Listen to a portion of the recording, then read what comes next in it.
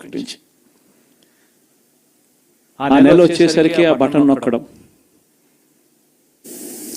నా అక్క చెల్లెమ్మ కుటుంబాల ఖాతాలకు నేరుగా వెళ్ళిపోవడం ఎప్పుడు జరగల. నిజంగా ఒక్కొక్కసారి అనిపిస్తుంది, ఏమయ్యాయి ఆ ప్రేమలు, ఏమయ్యాయి ఆ ఆప్యాయతలు అని ఒక్కొక్కసారి అనిపిస్తుంది.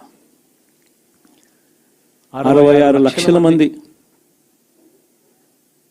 పెన్షన్లు తీసుకుంటా ఉన్న అవ్వాతాతలు, మనం రాకమునుపు, మనం అధికారంలోకి రాకమునుపు పెన్షన్ కేవలం 1000 రూపాయలు, ఎన్నికలకి 2 నెలల ముందు వరకు కేవలం 1000 రూపాయలు.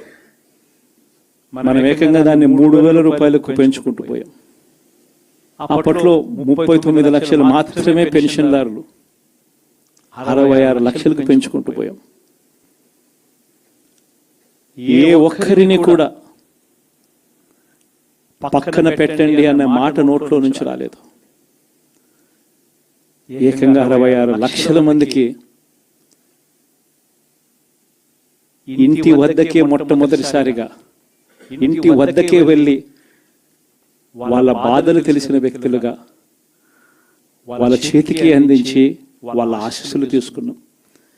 మరి ఏమయ్యా 66 లక్షల మంది అవ్వాతాతలు, ఆ వికలాంగులు, ఆ వితంతువులు, అక్క చెల్లెమ్మలు, వారి ఆప్యాయతలు, ప్రేమలు ఎప్పుడు జరగని విధంగా 54 లక్షల మంది తల్లులకు కేవలం మీ పిల్లలకు బడులకు పంపించండి చాలు, మీ పిల్లలు గొప్పగా చదవాలి, మీ పిల్లలకు మంచి భవిష్యత్తు ఉండాలి, 54 లక్షల మంది అమ్మలకు అమ్మఒడి.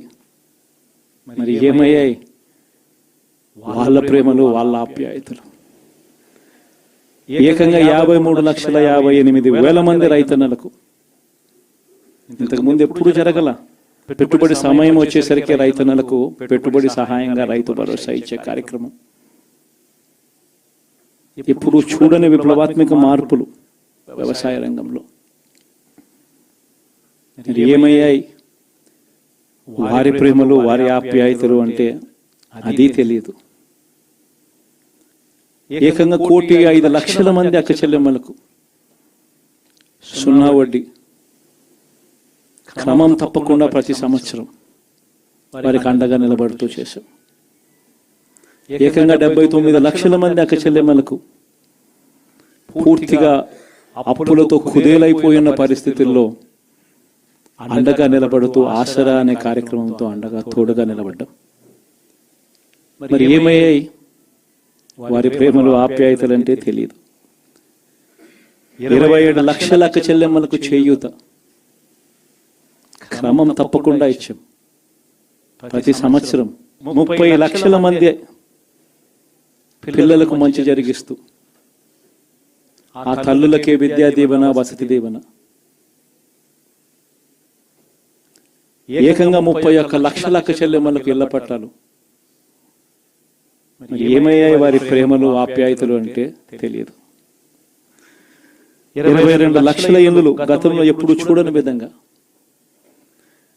3,60,000 మంది నా అక్క చెల్లెమ్మలకు కాపు నేస్తం, 4,96,000 మందికి ఈబీసీ నేస్తం నా అక్క చెల్లెమ్మలకు, 82,000 మందికి నేతన్న నేస్తం, 2,76,000 మందికి వాహన మిత్ర, 16 లక్షల మందికి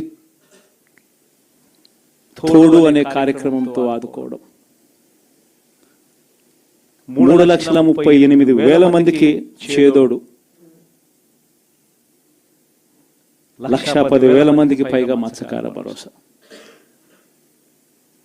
ఎక్కడ ఎవరికి కూడా క్రమం తప్పకుండా కోవిడ్ సమస్యలున్న సాకులు చూపలేదు. మంచి చేశాం. ఎప్పుడు చూడని విధంగా, ఎప్పుడు జరగని విధంగా పేదవాడు అనే వాడిని పేదరికం నుంచి బయటికి పర్మనెంట్ గా తీసుకొచ్చే దానికోసం అడుగులు పడ్డాయి.